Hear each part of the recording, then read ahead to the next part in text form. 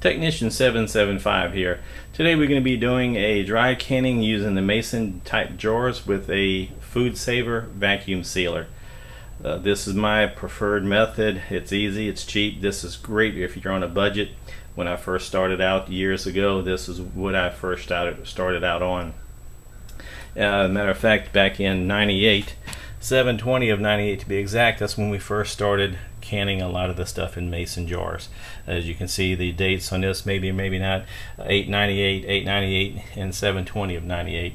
That's powdered milk, rice, and the old famous black-eyed peas. Okay, we're going to get started here, as this goes to show you the versatility and how long this stuff actually does last. One thing about Mason jars, they're very inexpensive. Right now I think a case of them is about $9, which is right at 75 cents a piece. They're reusable, they're cheap, they store real well, versatile. You can clean them up in a dishwasher, use new lids, and this is actually a seasonal item where you can actually pick them up at the end of the season per se for $5 a case a lot of times, and you can use them for just about anything, from nuts and bolts to canning peaches, and you've seen some of the videos on YouTube here. It's just about endless. Some of the things that we are going to need: you're going to naturally need the Mason jars. You're going to need lids, the bands, the lids, the jar adapters, a machine, and I prefer the older machine. It seems to have a better pump on it, and you can also switch from bags to jars. And I'm a gadget guy, and I like the red and green display. Okay, and they also make one for the largemouth jars as well. We're going to be using smallmouth jars today. And one of the things before we get started, I want to show you just a little something. If you can see this is a newer style lid. It actually protrudes out about maybe 1/8 to a couple of 1/16 type of protrusion there, the blue rim. The older style does not stick out. They're harder to seal and actually is a inferior lid. If you have to buy, I would maybe buy a new one. I think you can get them for about $7 or $8 off of the internet, brand new in a box. You know, that's a small investment for really a good lid, and it will keep you from having a whole bunch of aggravation.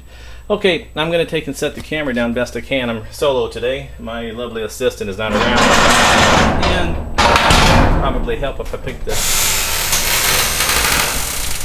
to the man cave up there. Alrighty, I think this is going to be about a good angle. And we'll try that. If not, we can redo it. Alrighty. I can leave the door open. It's a little bit of an overcast day today. Alright. One thing, product can be just about anything. You can do your ammunition in there. You can see your bullets. That'd be an easy one to do. We use a simple funnel. Kmart's, Walmart's, just about anywhere has the funnels. Okay. Product goes in. Oh, we got to get another bag. That was right at 1.5 pounds, 1 1/4 pounds. It's a 1 pound package, plus I already had some of the black eyes in there. Fill them up about like that. Okay. Set our stuff to the side. As always, please make sure you have new lids and they've gone through the dishwasher, and the jars have gone through the dishwasher also.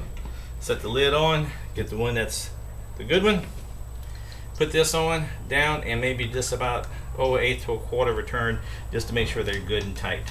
This was actually very quick. You put it down, you put it on, press it, makes a good seal.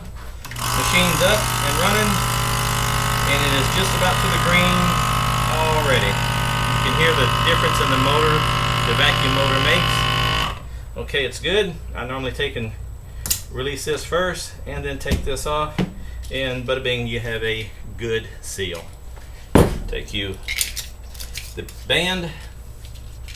Okay, vacuum sealed, marker, date, and you can either put them back in the case that they came in, Or a lot of times if you have access to milk crates, you can get I think 9 of them in a milk crate and stack the milk crates. One thing I do like about these, they are reusable, fairly inexpensive, and it's a super duper way to take and get started on your dry good canning for long-term storage. You never know what's around the corner, and you can pick these up. Flea markets, eBay, I've seen them as cheap as $25, $30, $40 on eBay.